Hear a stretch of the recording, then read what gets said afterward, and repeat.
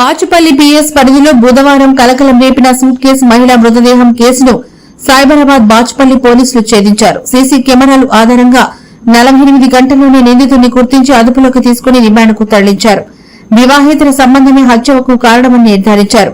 మృతురాలు నేపాల్కు చెందిన మహిళా బోహ్రా.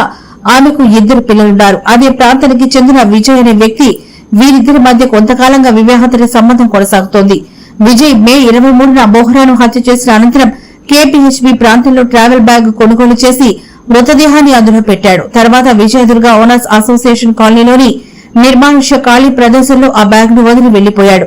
బ్యాగ్ కనిపించిన రోజు ఘటనా స్థలానికి సమీపంలో ఉన్న సీసీ కెమెరాల దృశ్యాలను పరిశీలించిన పోలీసులు బ్యాగ్ ను అక్కడ వదిలిన వ్యక్తిని గుర్తించి తద్వారా నిందితుడి కదలికల వైపు ప్రత్యేకంగా ఏర్పడిన 4 పోలీసు బృందాలు సీసీటీవీలో పరిశీలించి అతన్ని పట్టుకుని అరెస్ట్ చేసి రిమాండ్కు తరలించినట్లు డీసీపీ తెలిపారు.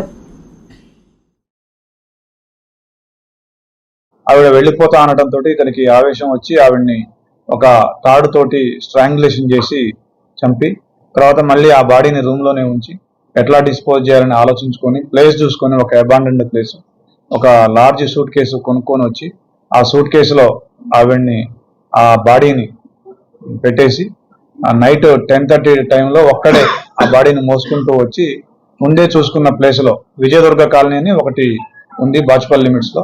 ఆ కాలనీ లిమిట్స్ లో ఎవరు చూడని ప్రదేశంలో పడేసినాడు. దాదాపు 10 రోజుల తర్వాత కొద్దిమంది లోకల్స్ చూసి ఒక వాచ్మెన్ కంప్లైంట్ ఇస్తే దాని మీద ఫస్ట్ మేము unidentified dead body murder case కింద కట్టినాము. దాన్ని వితిన్ 48 అవర్స్ లో ఛేదించినందుకు ఎస్పెషల్లీ ఇందులో ఎస్ఓటి పోలీసు వారి పాత్ర చాలా అద్భుతంగా ఉంది.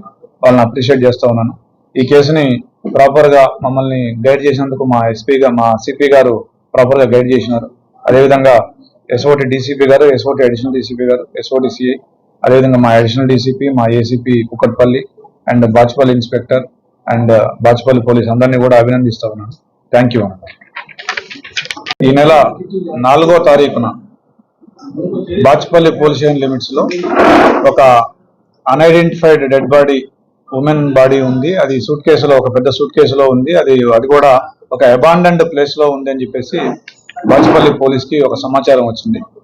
ఆ సమాచారం మేరకు ఇమ్మీడియట్ గా inspector Bachupally, ACP Kukatpally, myself and my additional ACP అందరం కూడా సీన్ విజిట్ చేసి local SOT team and crimes team కూడా అందరూ కూడా వచ్చి ఆ సీన్ విజిట్ చేయడం జరిగింది. దాంట్లో మాకు తెలిసిన ఏంటంటే ఆ సీన్ విజిట్ చేసిన తర్వాత ఒక 25 to 30 years ఏజ్ ఉన్న మహిళ డెడ్ బాడీ ఉండేది. ఆ దాదాపుగా ఒక 10 days అయినట్టుగా అనిపించింది. ఆ బాడీ ఊసిపోయిన విధానం కానీ, ఫిట్ఫై అయిన విధానం కానీ అవన్నీ చూస్తే.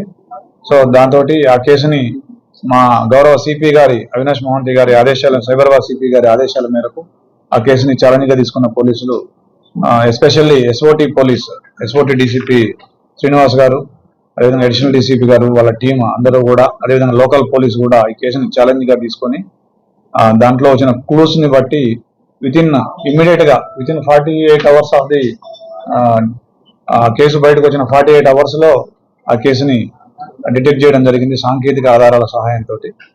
దీని ప్రకారం మనకు తెలిసిన వివరాలు ఏంటంటే, ఈ deceased 33 years women, she is from Nepal. ఈవిడ హౌస్ వైఫ్ ఉండేది. అయితే ఈ అక్యూజ్డ్ ఎవరైతే ఉన్నారో ఇతని పేరు విజయ్ తోపా. ఇతను కూడా నేపాల్కు చెందిన వ్యక్తి. నేపాల్లో గాల్కోట్ అనే ఏరియాలో బాగ్లుంగ్ అనే జిల్లాకు చెందిన వ్యక్తి. వీళ్ళిద్దరికి ఫేస్బుక్ ద్వారా పరిచయం అయింది. దాంతో ఆవిడ ఏప్రిల్ నెల 15వ తారీఖున ఇక్కడికి వచ్చి ఇతనితో పాటుగా సహజీవనం చేస్తూ ఉంది. అయితే వీళ్ళిద్దరికి ఒక ఇష్యూలో when she became pregnant, she want to remove that pregnancy.